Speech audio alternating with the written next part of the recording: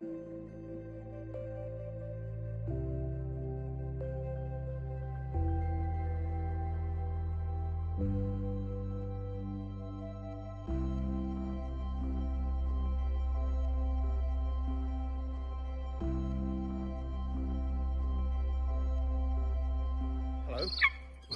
welcome to this week's vlog.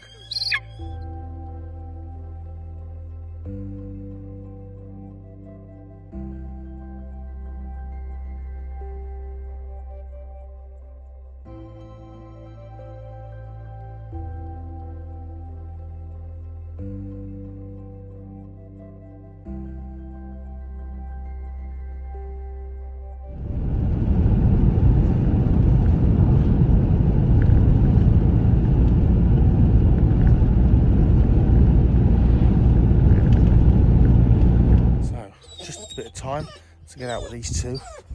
Someone's a bit excited. Let's get out in the lovely countryside. So we've got a good, I think, all in all, a couple of thousand acres of nearly all private land. We don't really want lots of footpaths crisscrossing when you fly an eagle, just here, there and everywhere. So we obviously need to know where everything is. Elsie, her job, she's getting very excited, bless her, is to work on the whistle and sort of do as she's told from whistle commands. That might be to turn left or right, or to come back, to walk to heel, to just sit and stay wherever she is. And her job is to work across quarter in the fields and see if she can put up game for Zeus here. And hopefully he's going to get a chance to do his natural behaviour, and hopefully, if he's really lucky, he'll catch his dinner for sort of enough food, maybe for that will last him a month worth of food nearly. So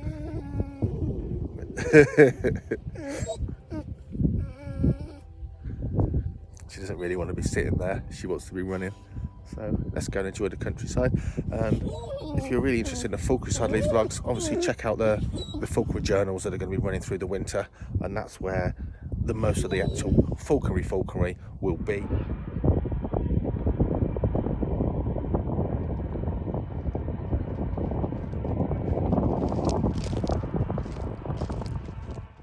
Time for a rest. Not used to carrying 8.5 pounds around. Walking in my wellies over the plough.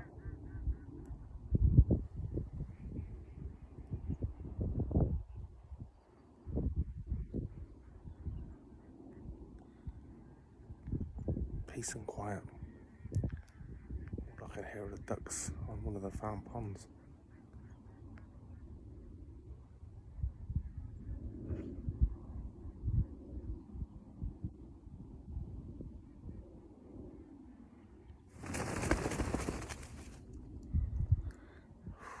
Better continue.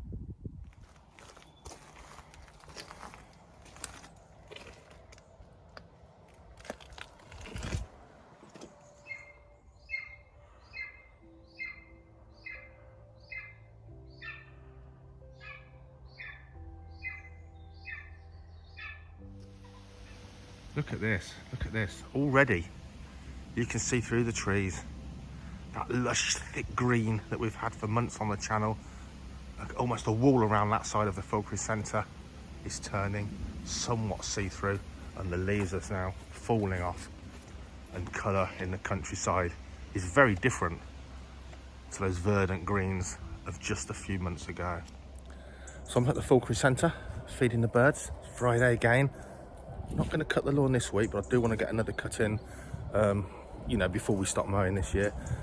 Wet, just a wet, still, dreary morning. It's absolutely amazing now. I've got a thin fleece on and I am boiling, and I'm not exactly overdoing things. What else can I tell you? I can tell you I'm going to see how my cactus get on outside this year, not in the greenhouses, because they're a bit awkward to move, put it that way. I'm going to wrap that other one up a bit more and see how that gets on. As usual, the place is looking great. Now, why do I always bang on about subscribe and help subscribe and please subscribe and drop some comments? It's because without you subscribing to this channel, the channel can't go very far.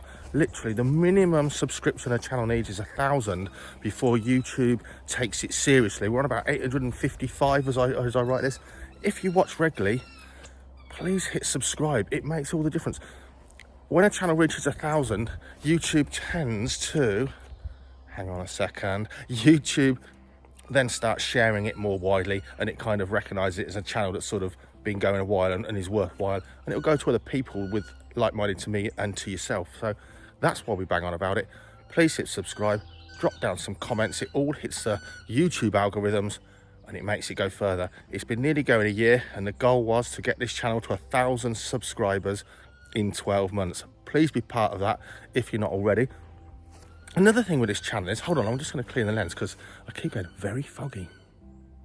Now, another thing with this channel is, as Dan Mercer rightly pointed out when he came up here, but that's for a video you're going to see in a couple of weeks, is that because this channel it's not niche, or it's not specialised, it's not just a falconry channel or just about keeping reptiles or just about enjoying the countryside. It's about everything I do, sharing it with you, and it's all of those things and more. YouTube likes to say this video is about reptiles, this channel rather is about reptiles. Let's push it into the reptile people, the reptile enthusiasts. This channel's about falconry, and so on and so forth. It's not, and it's never going to be. This isn't a channel about making money. I just want to get 1,000 of you subscribing so that we know we've got somewhere with the channel. And it's if it was a channel to do with making money, I'd be one of these people that sensationalizes things, and it would be a channel that was at one of the purposes. So right now it'd be falconry, because most of my views are from falconers, but that's partly because I'm just not getting my bum into gear and getting as many snake videos out as I really want to. But it'll all change. That's coming. Remember, this is a brand new channel. So it's always going to be about all these things. And I know some of you aren't interested in snakes, but you love birds of prey. I know some of you aren't interested in falconry, but you love your reptiles, and so on. Subscribe. You don't have to watch them, but I'll say if it's something I'm not sure, watch it anyway. You might enjoy it. But one thing's for sure, you'll notice now it's the falconry season has begun, and you'll notice now that we've got the Falconry Journal, so it's the boys and myself flying our birds through the winter for falconry. That's not everyone's cup of tea. It is a form of hunting, whether you like it or not. It's the purest form of hunting for sure, but it is, and there's nothing gory on there, certainly nothing you wouldn't see on David Attenborough or one of his programmes or in The Butchers. But of course, some people don't want to see even on David Attenborough, they don't want to see predators chasing their prey. So that's where that'll be. You needn't worry if that's not your bag. Don't watch the Falconry Journals, I guess. But the other falconry videos and the how-tos, of course, they're a different thing altogether. And if there's anything I think, oh, you might not like this, there'll always be a disclaimer at the front. Don't watch it, it might offend you. So enjoy the whole channel for me, please, and hit that subscribe button. This vlog is going to be a normal vlog, but we're going to get a different vlog soon, and then we're going to get a couple of really different vlogs after that. So keep an eye on the vlogs, some stuff you've not seen before for sure. Thank you so much, everyone. The Aplomado falcons are our last two birds, the whole of the birds, all of the birds here at Icarus Falconry, the last two to go from a tethering system to free loft. Let's see how that goes through the winter. But if you have seen the world of falconry and you've read my latest article about my time flying these Aplomado falcons, let's see if we can squeeze it. No, what a shame. If you've read that article and you enjoyed it, keep an eye out, because soon enough there's going to be a fantastic video on the channel sort of to go with the article about these wonderful birds, and we're going to see on that video, we're going to see Emily flying these birds because they're kind of her babies now. Beautiful, beautiful species of falcon, absolutely different to everything else we fly as falconers too. Highly recommended, so keep an eye out for that video on the channel. So here's something, when you run something, you know, to the public with animals, is you're going to have your favourites. Now Pedro here, the burrowing owl, sort of Central and South American species on the open pampas, you know, a ground living owl, which is crazy, but it is, and an underground living owl. So Pedro here is the most favoured bird on all of our experience days. Whether people fly eagles, falcons, well, see the falcons fly, they fly the vultures and so on. It's always little Pedro that people remember. Right, Pedro? You can have a little tickle on that. Yeah? So they always remember this little guy, and he lands on your hands and he flies around, and he's just so tactile, and he's just a great little character that, you know, everyone remembers. The trouble is with Pedro, he's 10 years old. And that's kind of the lifespan of a burrowing owl. So, yeah, how awful is this? He's so popular, and he's so great for education and conservation, so getting messages across. We've got to think about replacing the poor guy. So we might have to order a new burrowing owl to hand rear and have on site to start training, almost sort of behind this guy here. How sad is that, that you kind of plan for one of your loved animals' demise. But of course, none of us live forever. And of course, in the wild, he'd be lucky to live for a year, let alone 10 years for sure. So come and have a quick look at this. Obviously, this year's open weekends have finished now, but of course we're already straight away thinking about next weekend. Here's some ideas I want to put to you guys. Please give me some feedback on this. So this is a beautiful sunny south-facing wall. It's big, beautiful. It's right near our wildlife menagerie. I want to continue the path around there from the wildlife menagerie, around here, and have all the way along there. Big outdoor open top with a glazed front as well for the kids. Enclosures for native UK reptiles, capture bred stuff that's really rare, such as sand lizards and so on and so forth. We've already got the amazing smooth snakes, so I want it to be a journey where you flow round here. You could look at these things in totally open top naturalistic enclosures, so they look like they're in the wild, and of course they'll still get really tame. And then away you go, and around you go. What do you reckon too? In the centre here, having a word with a local beekeeper, getting a couple of hives in the centre so that you're well away from them. But as you go round, let's say as you come round this side, you're walking along here now and you're going back out of the orchard. Somewhere over there, what if we had a couple of hives, maybe some kind of perspex screen or watch point with lots of info about honey making bees, where you can watch them come and go, and plenty of signage about them. And then ideally you can buy some Holden Bee honey from the Holden Bee gift shop afterwards. I really think that's a great plan. Bees are just so fascinating. I think, how can you not be fascinated by them? So bees in the middle, and extend the UK wildlife menagerie, as I've always wanted to do from the beginning, into, come on phone, into all those lovely open top reptile enclosures where you could see such things as smooth snakes, grass snakes, adders, common lizards, sand lizards, slow worms, and even a few oddballs like the European pond tortoise and stuff like that.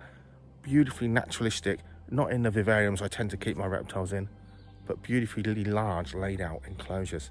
Let me have your thoughts below, because I've been racking my brain now for a year of how to build these enclosures so they're public proof, they're solid, and they look good, and I can afford it.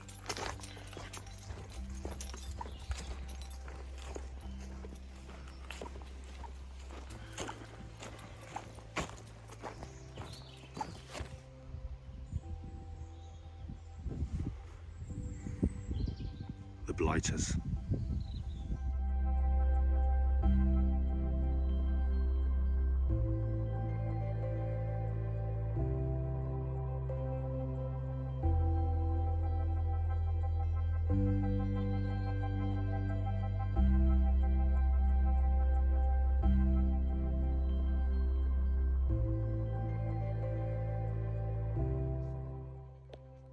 We're just packing up 2 snakes which are going off in a courier tomorrow, a specialist reptile courier.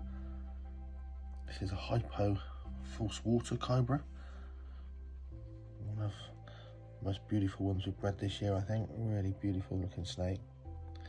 See why it's called a, oh no, say a false water cobra, because they can flatten their hoods like the true cobras, although not related whatsoever. Hold on a second.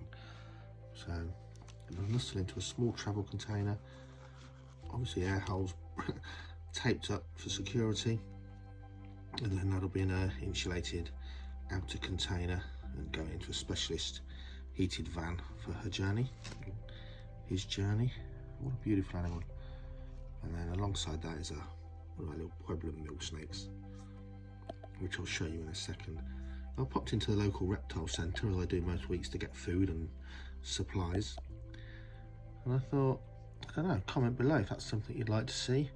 Little mini tours of some of the shops we go in. The local reptile shop's always got a variety of stuff in there. So if you want to see a reptile shop tour, comment below and we'll soon sort that out. So, literally shed today.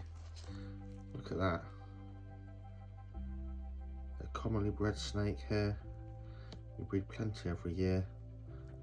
Still a few available, very inexpensive, brilliant first snakes, easy to keep, and yet you get those good looks. The Pueblo milk snake.